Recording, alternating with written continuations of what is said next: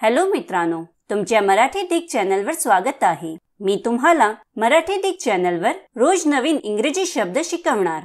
तर चला वेळ न घालवता आजच्या व्हिडिओमध्ये शिकूया इंग्रजी शब्द मॅरी गो राउंड। मॅरी गो राउंडचा मराठी अर्थ लाकडी घोडे बसवलेले फिरते चक्र होत आहे। मॅरी गो राउंडला आपण वाक्यात प्रयोग करून बघूया। पहिले वाक्य आहे A merry-go-round is a type of amusement ride. दुसरा वाक्य आहे A merry-go-round can be decorated with lights and music. तीसरा वाक्य आहे Children love riding the merry-go-round at the amusement park.